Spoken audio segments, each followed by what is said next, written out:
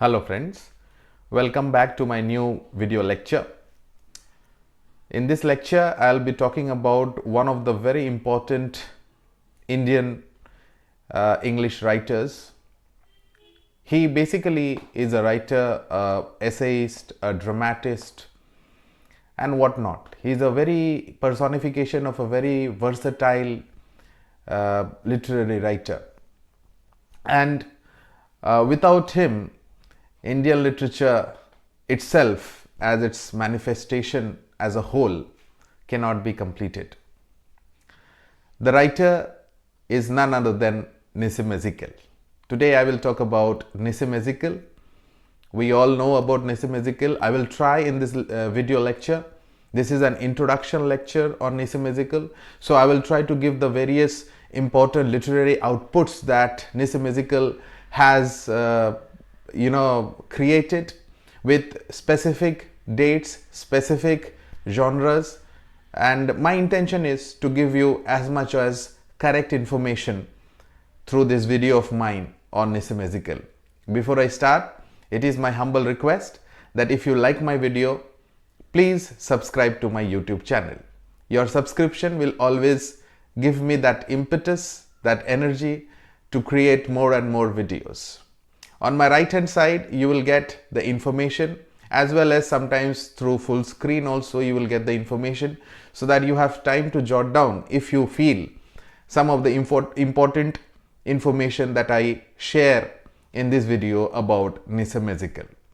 Now, when we talk about Nissim Ezekiel, first of all we have to understand the timeline of his operating in Indian literature.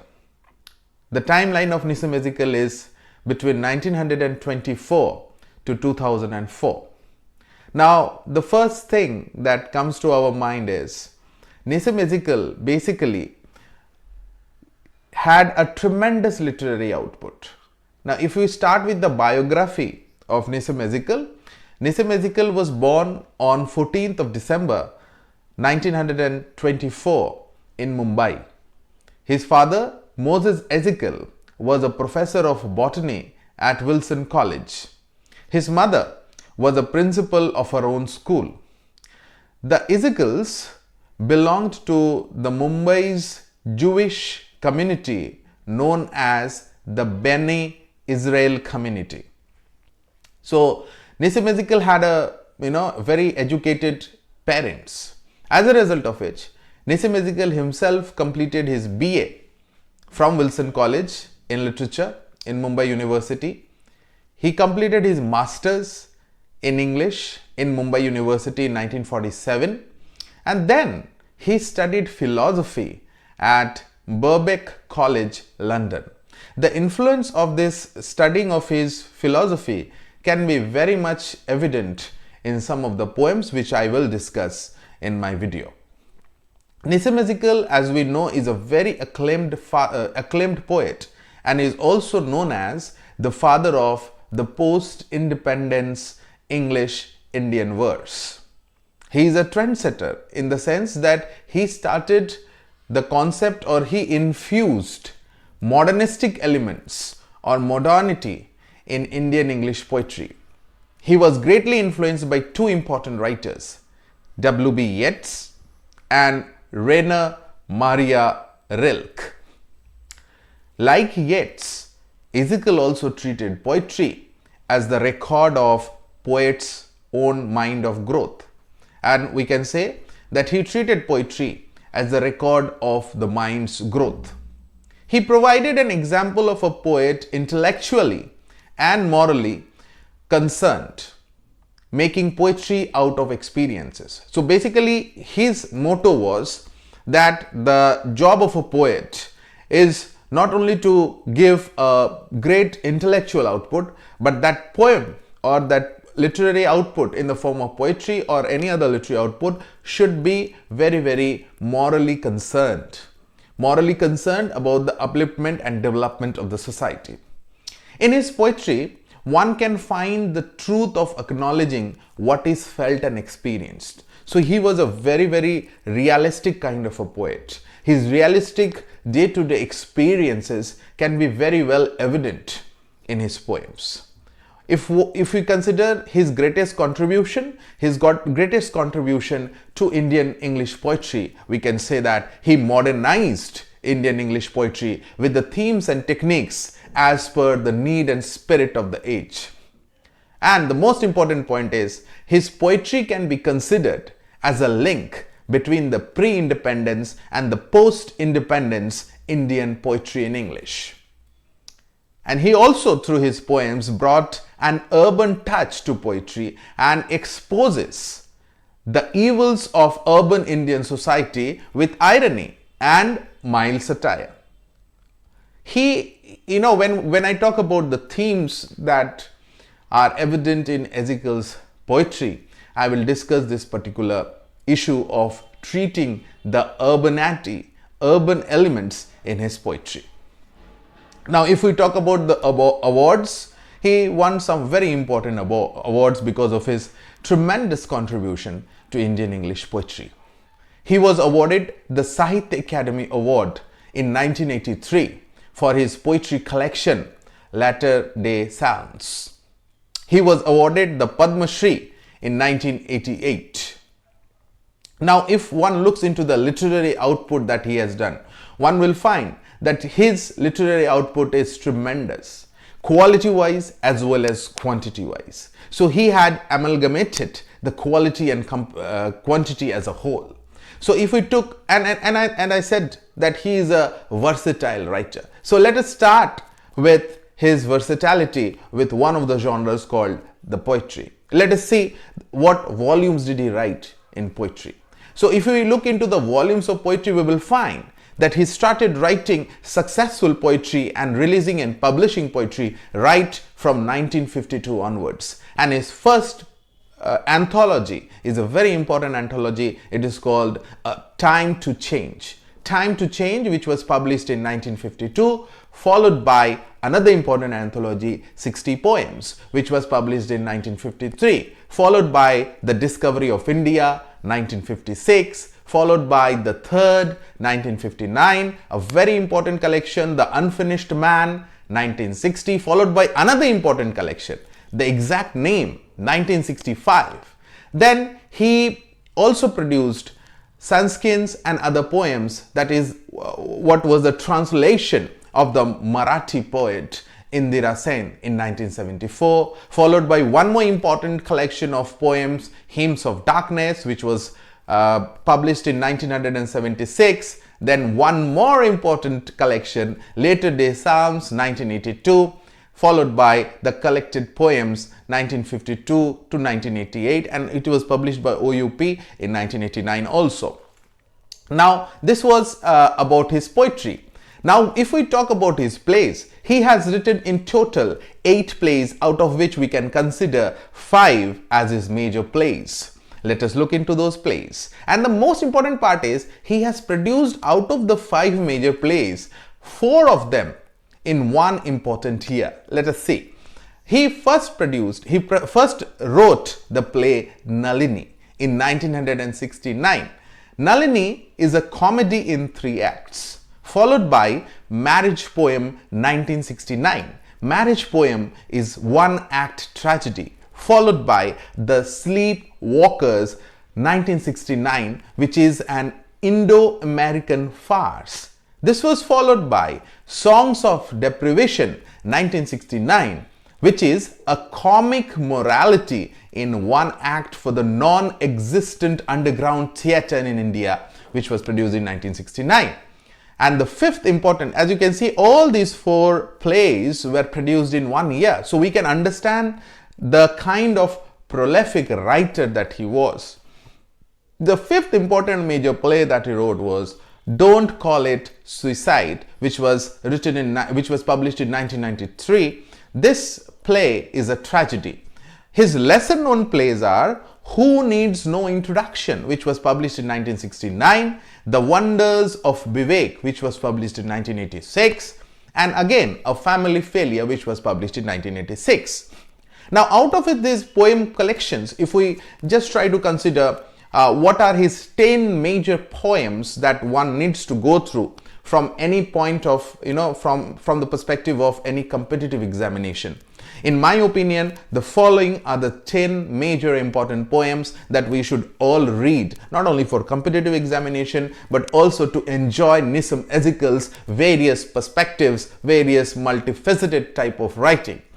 Number 1 comes, we all know, is Night of the Scorpion. Then we can read The Doctor, followed by The Traitor, very important poem, Poet Love Birdwatcher, Letter des Psalms, The Railway Clerk, Goodbye Party for Miss Pushpa T.S., Enterprise, Philosophy, and The Professor. These are the 10 major poems, according to me, that we should all know in order to explore Nissim Ezekiel as a poet. Now, if we come to the major themes of Nissim Ezekiel's poetry, or major themes of his poetry will include, according to me, I have there can be many other themes also, but these are the 5 major themes we can explore, and they are very interesting and important themes in Nissim Ezekiel's poetry. Theme number 1, the study of philosophy. Ezekiel has written poems extensively on philosophy. He is an Indo-English poet, and he is one of the major contributors of philosophical poetry. The example of such can be found in his poem Philosophy, can be found in his poem Enterprise. In Enterprise, he very firmly points out the sense of fulfillment that one can be achieved, or the sense of fulfillment that can be achieved in the identification of the self with the objective world. He further elaborates that if such identification is achieved, the art, philosophy, religion, and reality would all appear to be a unified concept. His other poem, very important poem, his other poem called Philosophy and A Time to Change. These are the 2 other poems in which we can very clearly trace and find Ezekiel's philosophical bent of mind. Now, the second theme in Ezekiel's poetry is Ezekiel as a psychologist.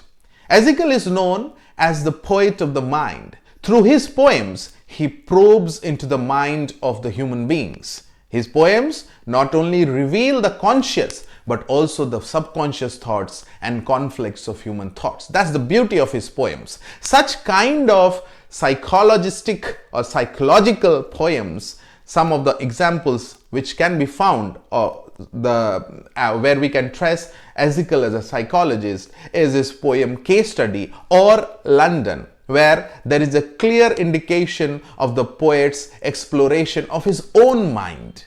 We can find very clearly. The third theme is the theme of urbanity that I already discussed in my beginning of my lecture, that I will discuss in details. Because he was born and brought up in Mumbai, urbanity forms a very, very important facet or important theme in many of his poems. And Ezekiel, very vividly and realistically depicted the Indian city of life. Through his poems, some of the poems through which one can trace Ezekiel's exploration of this theme of urbanity is In India, or Morning Walk, where Ezekiel very realistically portrays the daily life of human beings in cities. The fourth most important theme in Ezekiel poetry is the man-woman relationship. He has dealt with the man-woman relationship in a very frank and sincere manner. He may be regarded as a confessional poet. Why he may be regarded as a confessional poet? Because he treated the physical dimensions of relationships between man and woman very freely in his poems. Most of his poems in his collection called A Time to Change, as I said in the beginning, Time to Change is a collection, also a poem of poems which was published in 1952, deals with the themes of love and sex. And he very realistically and very bluntly and very clearly and very freely has presented his views. So in this way, we can find a parallel between him and between a parallel with Khushwant Singh. And we can also find, if we want to trace, Kamala Das, where Kamala Das very frankly puts forward her wishes as a kind of her relationship with her husband and the differences and the barriers which she as a young bride with an old age groom faced in her life. So a parallel in some form or the other between Ezekiel, Khushwant Singh and Kamala Das can be explored.